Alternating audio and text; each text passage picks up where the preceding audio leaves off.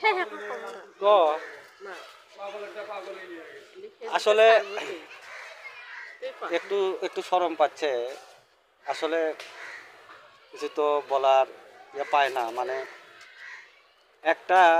ভিডিওর সামনে সবাই কিন্তু আসতে পারে না এখানে আর সবাই কিন্তু কথা বলতে পারে না কারণ এখানে কথা বলতে হলে একটু সাহস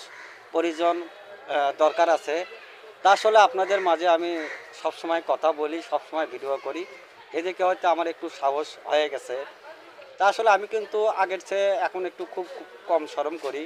কারণ শরম আমার নাই মানে শরম বলতেই নাই আর আসলে খুব অসিক মানুষ সবাই আর সবাই ভালো থাকবেন